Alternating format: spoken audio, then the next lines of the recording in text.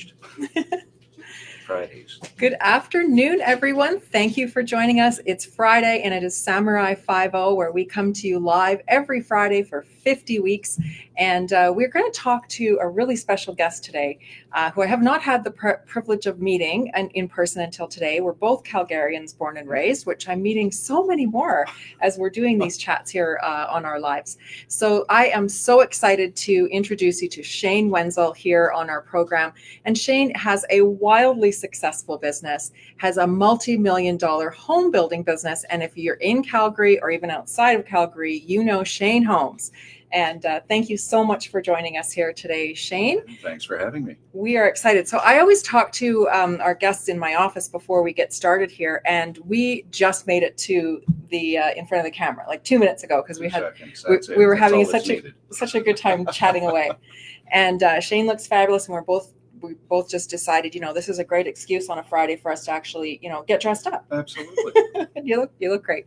So thanks, Shane, for joining us. So we talk here to entrepreneurs, business owners of all sizes, and we talk about all things that, come along with the journey of being an entrepreneur, what we all go through. And you certainly have lots to share with that respect, because you have been in the business basically your entire life.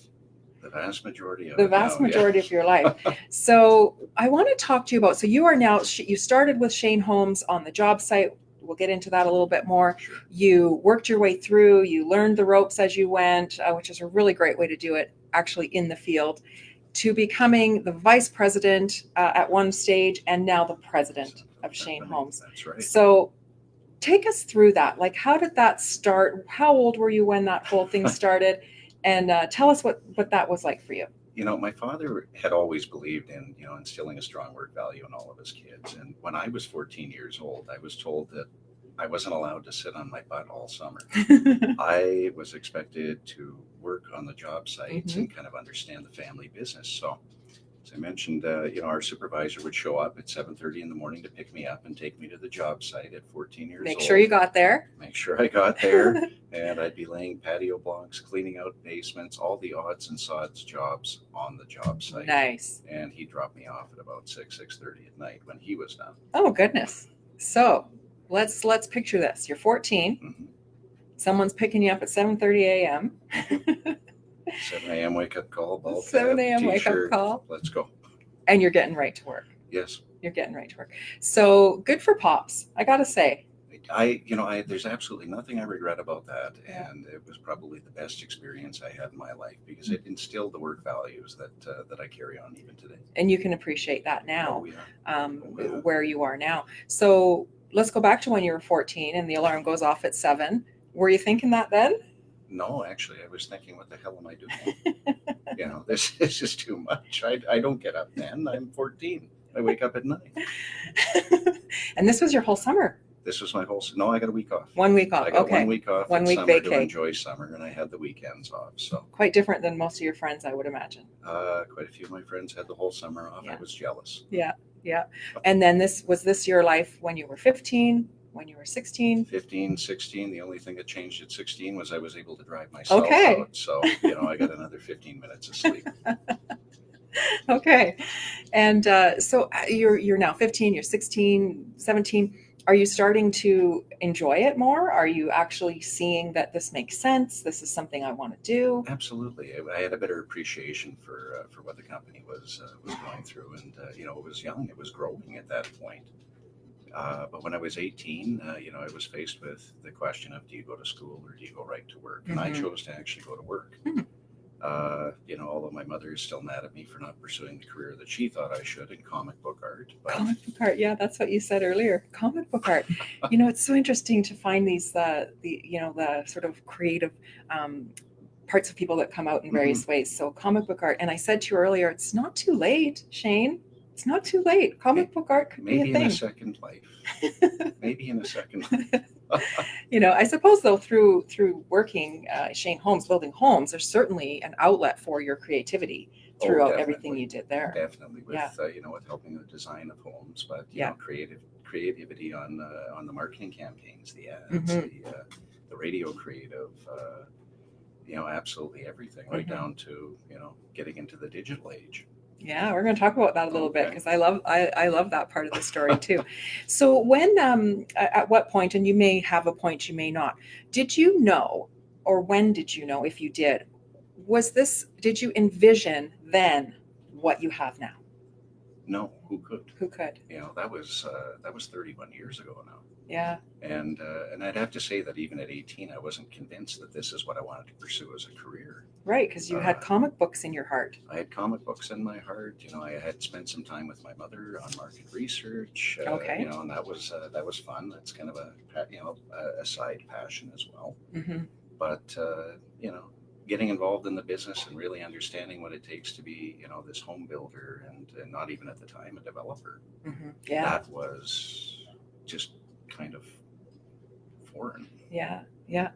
And so you made the decision not to go to school. You're in the family business. Yes. Okay. And so mom and dad are both in the family business. Mom and dad were, I had at one point had two brother-in-laws in the business, two sisters in the business. Wow.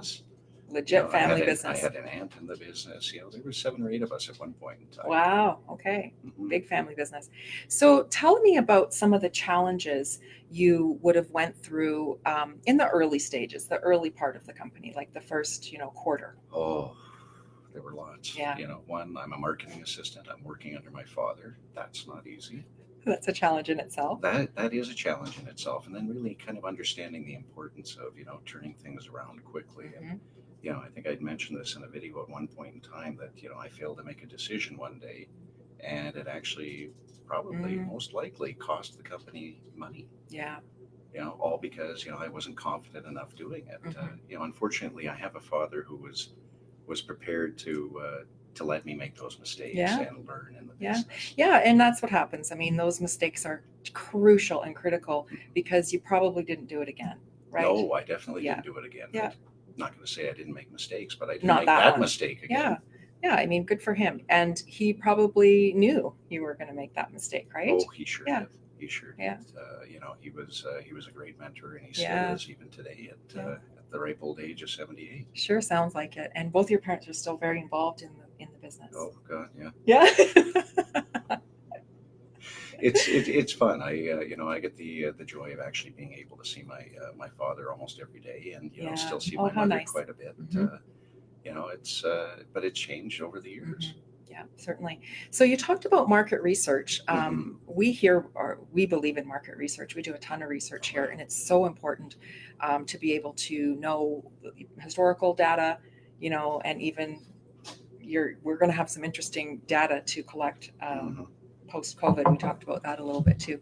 So the market research part of your business, home building, how has that been a factor in your success? It's been a huge factor in it. As I mentioned earlier, my mother owns her own market research firm, and she does all the research for the company, and she has for a number of years. But she performs surveys for us, so we know what's happening from the beginning of the process, in the middle of the process, right to the very end. Interesting. Yeah. Past people moving in. Yeah. We have focus groups, or in cases we call them listening groups, because that's really what we're trying to do. We're trying to listen to what our customers are telling us. And now with social media, the advent of electronic media, you're actually able to do social listening, which is a wonderful new tool, and might be a little more commonplace because getting people in for listening groups now is very difficult. Very difficult. Mm-hmm. It's key to understand that the marketplace. Yes. And so understanding or knowing your customer, knowing who your customer is, and understanding that customer are two very different things. Sure it is. So what does that look like for you? Well, I mean, you and I, we talked about this earlier. When I look at 31 years later and how our customer base has changed, we went from a very, very straightforward, almost very conservative type of city, and now we're very ethnically diverse. Right. So our customer base has changed dramatically over that 30 years. Yeah. And we've had to try and accommodate them. And one great example I would say would be over Northeast Calgary, where we have very strong multi-generational families. They all want to live under the same roof. So our best seller is a 5-bedroom, 4.5 bath home. Sure. Yeah. And it has to be designed a specific way. Yeah. Now, that doesn't preclude us even from customizing it, because I've seen dining rooms go in where 21 seats are required. So we're making a massive Yeah. dining room. We're putting in spice kitchens. But that's how you have to change with the times, and that's how you have to accommodate your customer base. Yeah. And if you don't, you're missing out a big part of the market. And those multi-generational families, it's not just a one-off, it's quite common. It is quite common, and I think 2, becoming 3, even more. even more so. Yeah. Yes. Yeah, I agree. So you, in saying that, 30 years, 33 years for you, 40 years for Shane Holmes, you have certainly seen the economy, the ebbs and flows, the recession, the boom, all of those things. So what are some of the challenges that come with each of those, points in time? Tremendous for what we do. As a home builder, you're actually committing to about $50-60 million in lot purchases every year. You're carrying a work in progress that's for equally years. that amount. So you're running with about $100 million out at any given point in time. When the flow is down, you're trying to make adjustments very quickly, and that's not easy to do. That takes you about 6 months to a year. Yeah, and that's a big load to carry for. It's a little stressful at times, year. So you can imagine what the last 5 years have been like in Calgary and in this province to try and accommodate that. Yeah. So with that said, Shane, what's the difference? I mean, you have been through all of that. You're stronger than ever. You've seen lots of other home builders come and go. What's the key to your success? I know it's not one thing, but it's not one thing. But I think the simplest thing to approach it with is, you have to change with the times. And I've seen those builders go because they just want to keep doing the same old thing. You're not going to survive that way. You have to change, So, I mean, we went from just selling single family homes to front drive lane, semi-detached homes, street towns, a multifamily division, and even land development. And that's how we've kind of evolved over the last 30 years. And so listening to the marketplace, responding to what you're learning, listening to your customers, like truly listening to your customers, adjusting to what the market and the customers are telling you they need and want, and what they're buying. Yes. Right? Yeah. So smart. I mean, it seems logical. It seems pretty straightforward, doesn't it? But you would be amazed how many it doesn't really resonate. It doesn't resonate. Well, certainly speaks to your success and able to do that. So let's talk a little bit more about digital marketing, because I know that you are a big believer in digital marketing. Yes. And technology is important to you. I know that wasn't always the case, maybe with some management at Shane Holmes. Tell us about when you started to try and bring more technology into the business and how that went for you. That's still one of my funnest stories. In 1996, we came back with the idea of having a website for our company. Imagine. And you wouldn't imagine the kind of struggle I had with my father in 1996 about sticking $35,000 into a website and then spending $20,000 a year maintaining it. He couldn't rationalize this, and he bugged me on the budget every year for 8 years in a row. For 8 years. Why do we have this thing? What is the importance, or what's the reasoning behind having a website? He finally let me alone. He understands it now. The next latest one was, why are we doing this social media thing? Right. Oh yeah, we've heard that too. Oh, I'm sure a number of people, but Cal, who he's pretty good. It takes him some time to come around to it, but this one was a good one because the website always stands out in my mind. For sure. Well, 8 years, it would have to. Eight years of hearing. Why? And so did he just relent, or does he now see the value? He sees the value in it. He sees the value in it because, even at his age, he utilizes websites to buy some of his products too. Okay. See, it just, it took, 1996, 25 years. 25 years, but Cal's on board. He's on board. Cal's on board with websites.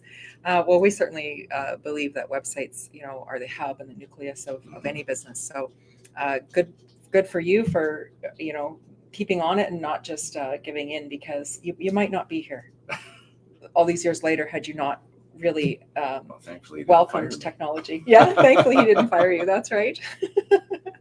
Smart of him not to.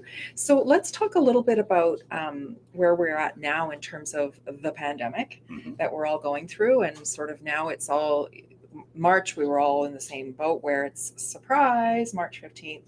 So a home building business, what did that Yes, look like? that was scary. Mhm. Uh,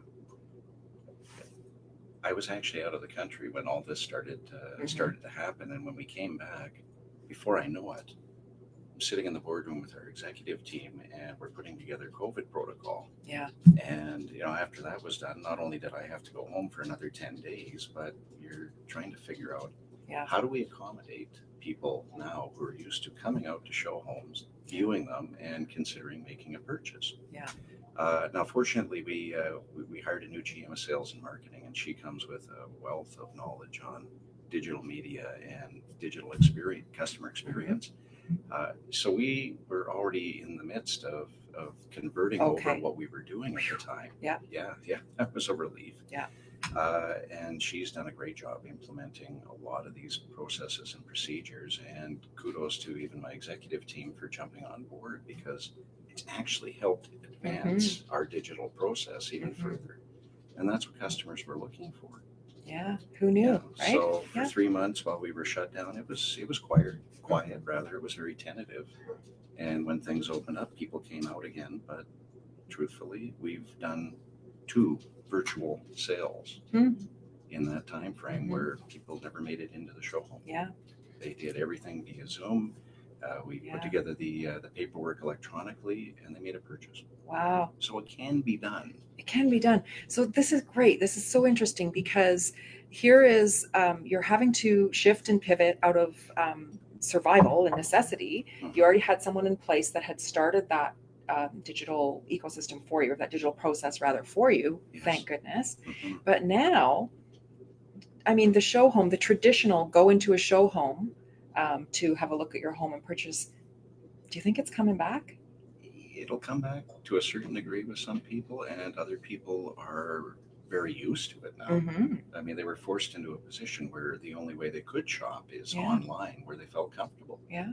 So And to you've done it. purchase a Yeah. home Unreal. isn't out of the question now. Yeah, it's not, and it's great, and it's a thing. It's a thing now. So here's an opportunity that came out of it for you Oh yeah, that you didn't need, you didn't know you need, you didn't know could be another way to do this, right? So that opens up a whole, another world to be able to show, buy, sell, now we just homes. need to do our social listening or Yeah. our listening Yeah. groups and find out where people Yeah. are at. Yeah. What are they Interesting. most comfortable I with do. now? I see so many opportunities, and when they're not something that you ever thought you would do.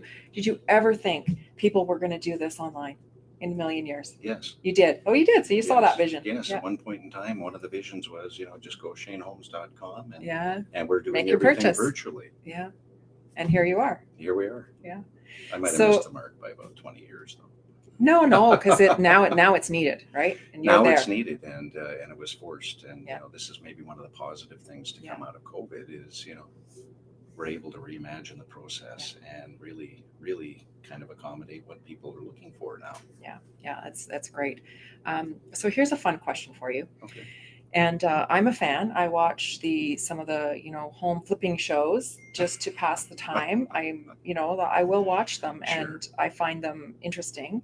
So with the seemingly rise of all these shows, doesn't it seem like there's just dozens of them now, where people are becoming home flippers? Mhm. For someone like you, a legit builder, what does that look like to you? This home do-it-yourself, I'm going to buy and sell homes and flip them. This is not for the faint of heart. Yeah. There's a lot of things to A lot of consider when you're challenges. home flipping, and we have a little bit of experience with this, but you never know what's behind the walls is the first question to ask. You never know what that foundation is going to be like. So if you're not buying right, and you don't have your timing down with your contractors, and you're Right. turning this flip really quick, you're going to lose money. Go bad real fast. Yes. Real fast. Yeah. You're going to lose money. You're going to cause problems in your relationship. It's just, it's not for the faint of heart. Yeah. So you do need a strong will and a great background in construction to understand. Yeah. And, a big enough bank account to be able to weather Yes. when it goes over time by 2 months, 3 months, 6 months. Mhm. that can get real scary for someone Yes, that and doesn't never have forget the, on those shows where they bandwidth. say you're making $50,000, $60,000 that it took them Yeah. 90 days to get to that point. Well, Yeah. when they forgot the realtor fees too. They forgot the realtor fees and lots of other fees. And by the way, they did it in 30 minutes. So Yes, right, the 30-minute yes, show, it doesn't go that quick. all worked gloriously. Yeah, I wanted to ask you that question because I think that's fun, and there just seems to be so many of those shows. And I do know a couple of people that have done it Mhm. both successfully and not so much. So just kind of beware, right, Mhm. of all of that. So we're kind of getting close to running out of time, and I still had so many more questions I wanted to ask you. So what if you had to, and it maybe isn't one thing, what do you love most about what you do? It's a challenge every day, yeah, and I can honestly say that it's not boring. Your Yeah. customers change, their needs change. We have a wonderful group of people that work for us, and they're equally as passionate about it, and that makes it fun. Fun, yeah. But they have their own challenges at times. So I mean, you're a bit of a psychologist. Yeah, sure. You're accommodating your customers. You're trying to stay on the on trend all the time. Yeah. It's a challenge. Trying to do it all. And it's fun. It's a fun challenge. It's a fun challenge. So what size team do you have at Sheen? We have 83 people within 83. the company. Wow. Yeah. That Big operation. Well, in 2006, that was 119. Oh, things wow, were going okay. absolutely crazy Yeah. here. Yeah, and you're still 83. So during the pandemic in the last 6-8 months, whatever it's been, did you have to lay off? Did anything? Fortunately not. Nice. And this was a conversation that I had with my father early on is, if we can just break even this year, the attitude was, let's just break even. We'll keep everybody working. We're not going to add to the problem of unemployment. Now, fortunately, things opened up in the summer, so we're able to make a bit of a profit this year. But good, yeah. We value our staff, and it's taken a long time to build this team, and we don't want to break it up. They're like family. Yeah, good for you. That's really great. I mean, it's nice to be able to be in that position. That's your kind of almost your first thought. I like that. And then you didn't just break even; you still had a profit, which is we're still going to make a profit, which is okay. Good. It's not what we're used to. It's a little profit, but it's a profit. We're still here. Yeah. That's right. We're still here and we're going strong, and we're selling online now more than ever, right? Oh yeah. Again, people are conditioned to this now. Yeah. It's just kind of fun. Yeah. There's another challenge. It is fun. Makes this enjoyable every day. So, if you were to give some advice to a new entrepreneur, a startup, or someone just with an idea and a vision and a dream, what advice would that be? Oh gosh, there's so much. Do we need another 20 minutes? No, I'll try and condense it as best I can. Don't grow too quick. Okay. Don't grow too quick, because I've seen this happen from friends and acquaintances where, they try and accelerate. They want to go at 100% a year. No, don't. Yeah. Go slowly. Master it along the way. Master it along the way. Make sure you're financially sound at every turn, and be prepared to work in the business and on the business. Yeah. Because I've seen a few of them where they start it up and they try and almost hand it off. Okay. Yeah. Not the best. No, you're the passionate one. Yeah. And because you're the passionate one, you started the business, grow it. Yeah. You're right. And, people just, it's not that common that someone else will have that same passion and drive and care about your business as much as you do. It's not their business. It's that's yours. How you create a lasting legacy. Yeah. Yeah. And you're certainly on your way to doing that. So you mentioned earlier that your son works in the business too. Yes. And so is he the 14, 15, 16-year-old teenager that you're making go to the job site, or what does that look like for him? He's actually been working on the job site since he was 17 years old. Okay. But he's in university now, and he approached me because he's had jobs. He's had some other jobs. I think he worked for Volker 7 last summer on the roads crew. And he had a job at Lowe's there for a while. But he approached me and said, "Dad, I can only go to school so many days a week. I've got a couple of days. Can I come work for the company? Oh, he asked you. Which was great. Yeah. And I accepted. So Great. he actually works in our sales and marketing team now, and he's having fun. Nice. Okay. Mhm. So let me ask you this. So Okay. you're 1996, you're trying to talk to your dad about some new technology, the Mhm. website. Yeah. Does your son bring you new innovative ideas like you did with your dad? Yes, he asks some weird questions at times, as I say. He was very proud of his first project, and that first project was, putting together the wireframing on this online survey. And as he's Ah. talking, I'm just flatlining. Like, I don't get it. I don't understand what you're doing. I don't understand what you're doing. But survey sounds great. Oh yeah. Online sounds great, Yes. right? So he's on the right track. He's on the right track, and I learned something that Yeah, day. there you go.